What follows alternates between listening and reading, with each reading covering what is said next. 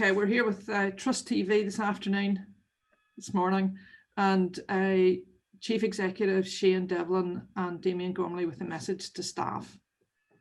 As we sit here at the beginning of February and reflect on what is now 11 months of the pandemic, I just want to say thank you and acknowledge the journey we have all traveled.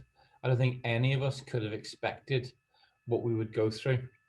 And it is very clear that you and I are tired. This has been a long journey. Everyone has given so much more than ever could have been expected from any of us. And we just want to say thank you. Damian is going to walk us through some of the facts and figures and where we are. But I think it's fair to say that we're not out of this just yet. There's still a path to travel. So Damian's going to walk us through some of the facts and figures. So Damian, over to you. Thank you, Shane. We know that Surge 3 has proven to be the most challenging in terms of numbers. We know that between Boxing Day and the 4th of January, in just 9 days, we saw a quadrupling of our community transmission rate. As a result, we were getting over 40 admissions per day to the Southern Trust, resulting in over 300 people being in hospital at any one time, some 5 times what we saw in Surge 1. Thankfully, as a result of adherence to the guidelines, we have seen a very steady decline in that community transmission rate, back to a level that we were just before Christmas. The rates remain very high, but thankfully are very much on the way down.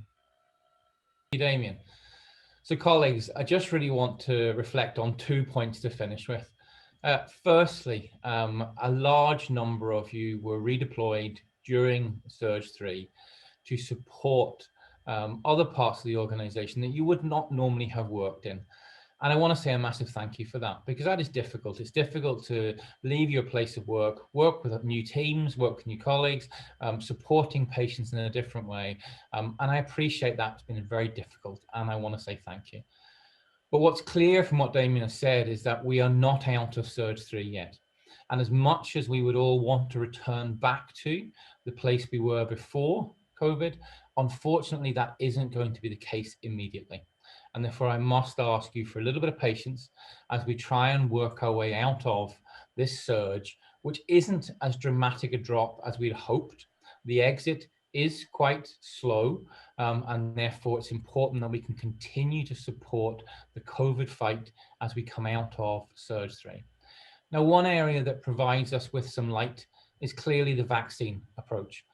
We have established our vaccine centre in Southlake and Craigavon, and approximately 1,000 people a day are now travelling through that vaccine centre to receive, obviously, the first of their vaccine. And I just want to pay tribute to everyone who's been involved. Lots of staff were redeployed into the vaccine centre to make sure that our staff, our community, in many cases carers and our loved ones, are able to get the vaccine that they need. Clearly, that doesn't mean that suddenly we're out of COVID, but it's an important part of our exit strategy is to make sure our staff and our community can be vaccinated. The other thing to note then is I've been in lots of conversations at the moment with other chief executives, with the Department of Health, and in some cases the minister, to look at what does the rebuild or the restart process look like.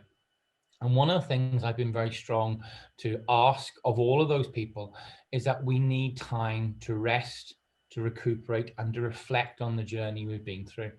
So my commitment to you is we will absolutely look at what rest looks like and how people can recharge their batteries before we get into the rebuild process. We have all been through one heck of a journey in the last year, and we need time to reflect, see what we can learn, recharge, and then move forward. So in conclusion, we're coming out of Surge 3, which is great. It's coming out at a slow pace, and therefore we need a little bit more patience and a little bit more support to get us through and hopefully get to a new restart and rebuild. Thank you. Finally, a word from our chair, Eileen Mullen. We heard how it has been for you all working through COVID, the pain, the compassion, the raw emotion of losing patients. We know we have a few tough weeks ahead of us, and that will impact many families and indeed those who care for them.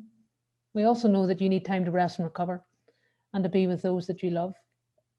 We're not at the end just yet. And you're not on your own. We heard you loud and clear, and we will do everything that we can so that you get time to rest and recover. I don't think we'll ever be able to thank you enough for everything that you keep doing.